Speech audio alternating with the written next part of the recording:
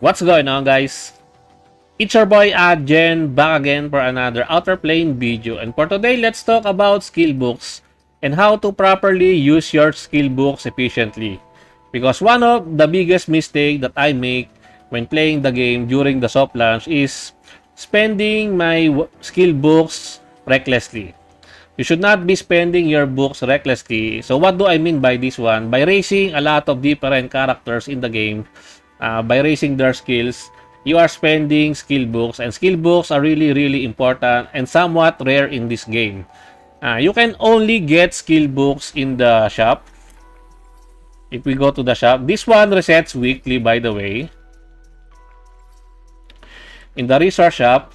So you can get skill books here by buying this one 5 times per week. So 5 times per week is a really small amount, right? In the friendship tab, you cannot buy skill books here. In arena, you can buy skill books, but also these are limited to weekly reset. So basic skill book will cost you you can only buy this one 3 times per week, and then the blue one 2 times per week, and also the red one 2 times per week. That is why they are really valuable. So do not spend your skill book recklessly, like what I did in my when I started the game. So how do you manage your skill book efficiently? First of all, just raise the skills of the characters that you are gonna be using for a long time, and also the one that you are trying to use in clearing the contents, especially the 4 characters that you are trying to clear the content. For example, if you've been following my advice that Noah, Valentine, Tio, and Dali, those 4 alone are worth the rate to raise the skills of their skills, worth using skill books on them. If you will see here, I've wasted my skill book on Edit because I really wanted to test out Edit in PvP, but I kinda regret it because she's not that great in my honest opinion. As you can see, I have her S1, S2, S3 fully maxed out, and this one will cost you a lot of skill books. Not only it will cost you a lot of skill books, it will also cost you a lot of golds.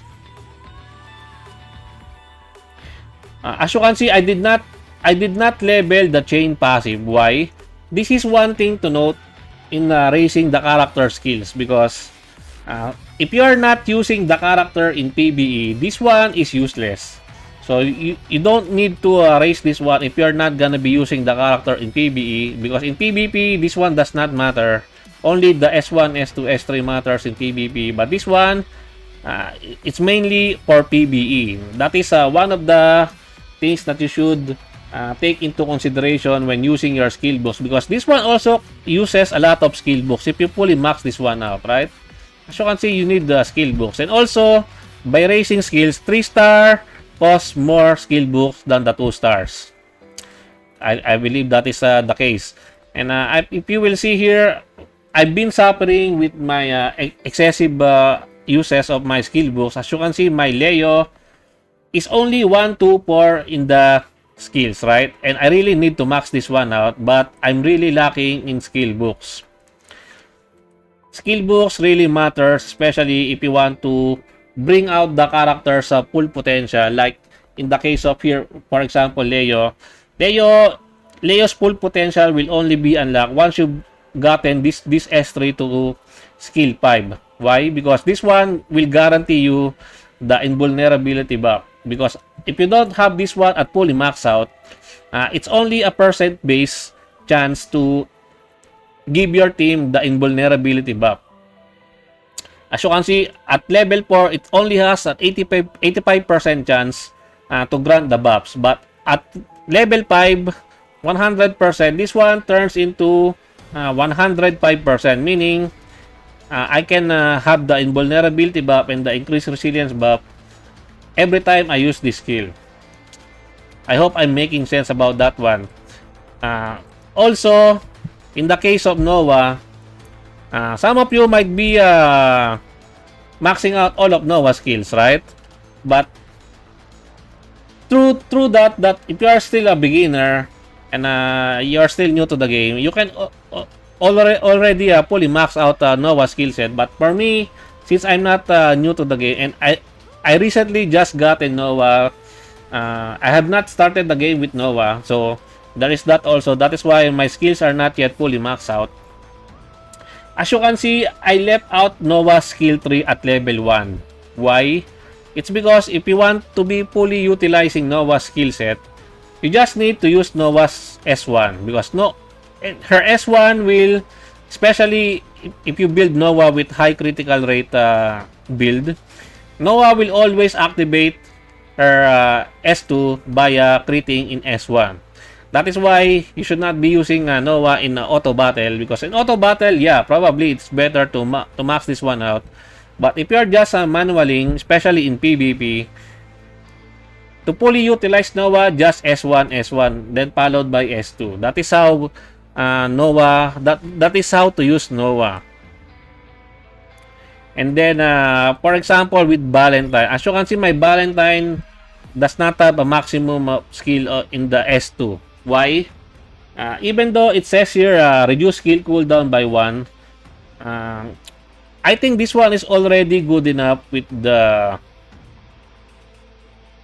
No, S4, level 4 is really good because it increases the duration by 1 turn. Because in PvP, by the time the duration ends, the game is already pretty much over. So I don't really need to go to the level 5 to fully max this one out. And as you can see, it will cost you a lot of materials also. And look at this one. Since Valentine is really used a lot in both PvE and PvP, you might want to raise this one also to level 5. Especially if you have not raised a lot of characters that I made. That is one of my biggest mistakes. And that is why, as you can see, some of my characters are not fully maxed out. Because I've been experimenting and trying out different characters, different character builds. That is why this one is not fully maxed out. But I've already cleared the content even without maxing this one out. So I saved me some time. I save a lot of resources by not maxing this one out. Skill books also can also be gotten in the tower. Tower resets monthly, by the way. So we still have 6 more days to clear the tower. If you have not done, if you are not been doing the tower, just take note that it will reset on a monthly basis. So you still have some time, a week, less than a week, to clear the tower. But it's very hard, especially the floor 100. As of now, I still have not cleared the floor 100 because that floor 100 is RNG bullshit, in my honest opinion. So yeah, I hope that I can give you some advice or some tips with regards to managing your skill books, because skill books really precious in this game alongside the gold currency. As you can see, my gold currency, it's only a 3-digit. 569 golds, man. The gold thing in this game is really harsh. Also alongside with the skill books. So be wary when using your skill books, and prioritize only the characters that you are going to be using. Well, I think that's it for me for today, guys. I hope you enjoyed this video. Please leave a like and subscribe. I would really appreciate it if you could help me grow my channel more. And thank you to everyone who are supporting my channel. I appreciate every one of you. Until next time, peace.